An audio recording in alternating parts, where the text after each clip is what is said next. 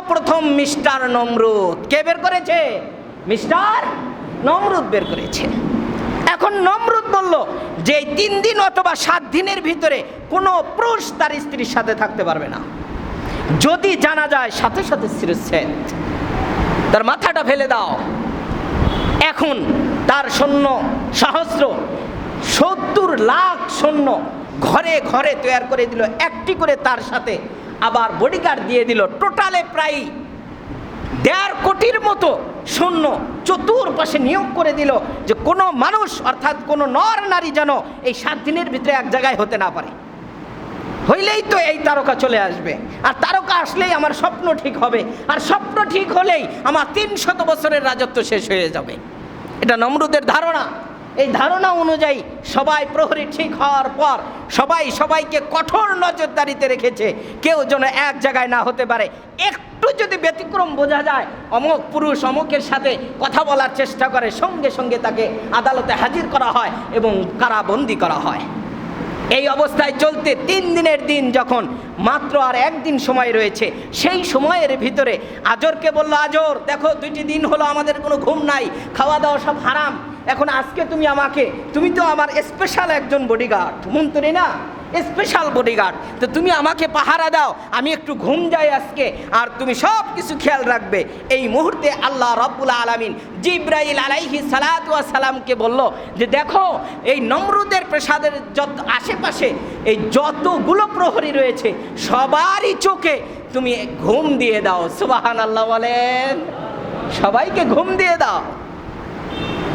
আল্লাহর আদেশে জিবরাইল আলাইহিস সালাম সেই রহমত নামক ঘুম নিয়ে আসলেন, সবাই ঘুমিয়ে পড়ল।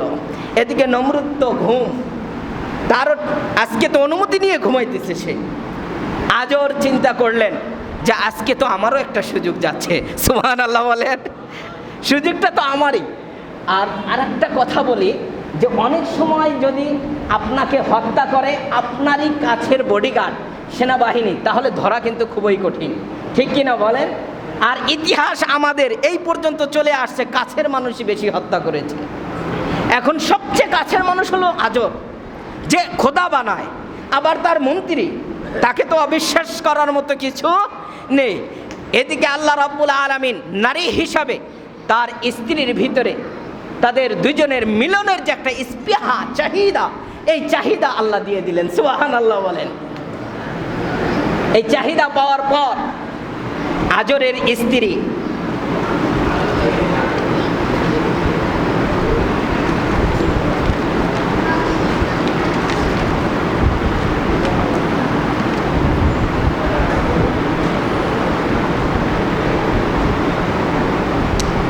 যখন এই চাহিদা আল্লাহ রাব্বুল আলামিন তৈরি করে দিলেন, আজরের স্ত্রী তখন ওখান থেকে যেভাবে সম্ভব, যেভাবে আসা যায় সেই পরিস্থিতি এবং অবস্থা নিয়ে সেখান থেকে চলে আসলেন। সুবহানাল্লাহ বলেন, সেখান থেকে চলে আসলেন, অর্থাৎ চলে আসলেন নমরুদের বাসায়। নমরুদের যে প্রাসাদ আছে সেই প্রাসাদে চলে আসলেন। তার নাম হলো আদনা। কি নাম? আদনা। আজরের স্ত্রীর নাম কি ছিল? আদনা। এই আদনা নামক স্ত্রী চলে আসলেন। এখন প্রতিমধ্যে সব ঘুমিয়ে পড়েছে, এই ঘুমের মাঝে প্রবেশ করলেন। প্রবেশ করার পর এখন তারও তো দায়িত্ব রয়েছে বাদশাকে পাহারা দেওয়া। জিবরাইল আলাইহিস সালাতু ওয়াস সালাম বললেন, আজর টেনশনের কোনো কারণ নাই, তোমার দায়িত্বটা আমি পালন করব। সুবহানাল্লাহ আসতে বলেন। সে তরবারি নিয়ে দাঁড়িয়ে গেল। এদিকে যদি ঘুমের মধ্যে ব্যতিক্রমে দেখে তাহলে তো একজন দাঁড়িয়ে আছে, আছেই কিনা বলেন? সে হলো জিবরাইল আলাইহিস সালাতু ওয়াস সালাম। আজর এবং তার স্ত্রী আদনা দুজনে মিলিত হলেন, এবং মিলিত হওয়ার পর আল্লাহ রাব্বুল আলামিন সেই সময়ের ভিতরে তার রেহেমের ভিতরে একটি সন্তান দান করলেন, যার নাম হলো ইব্রাহিম। আব্রাহার অপর নাম কি? ইব্রাহিম।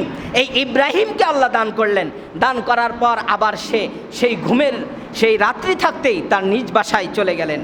যাওয়ার পর আচ্ছা বলুন তো, মা বোনদের গর্ভে যখন সন্তান আসে, আমাদের বর্তমান অবস্থা আমরা যতটুকু বুঝি, তাহলে পিরিয়ডের যে রক্ত, যেটা আমরা মাসিক বলি গ্রামের ভাষায়, এই পিরিয়ডটা বন্ধ হয়ে যায়, ঠিক কিনা বলেন? বন্ধ হয় কিনা বলেন? বন্ধ হয়ে যায়। আর বন্ধ হওয়ার পরেই আমরা বুঝতে পারি আল্লাহ একটা সন্তান দান করবেন।